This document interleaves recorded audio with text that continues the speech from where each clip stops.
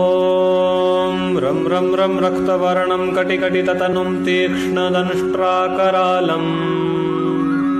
घं घं घं घोरघोषं घग घग घटितं घर्घराघोरनादम् कं कं कङ्कालपाशं धग धग धगितं ज्वलितं कामदाहम् दं दं दं दिव्यदेहं प्रणमत सततं भैरवं क्षेत्रपालम् दं दं दं दिव्यदेहं प्रणमत सततं भैरवं क्षेत्रपालम् ॐ रं रं रं रक्तवर्णं कटिकटिततनुं तीक्ष्णदंष्ट्राकरालं घं घं घं घोरघोषं घग घग घटितं घर्घराघोरनादम् कं कं कङ्कालपाशं धग धग धगितं ज्वलितं कामदाहम्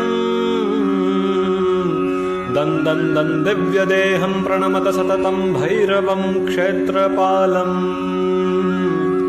दं दं दं दिव्यदेहं प्रणमत सततं भैरवं क्षेत्रपालम्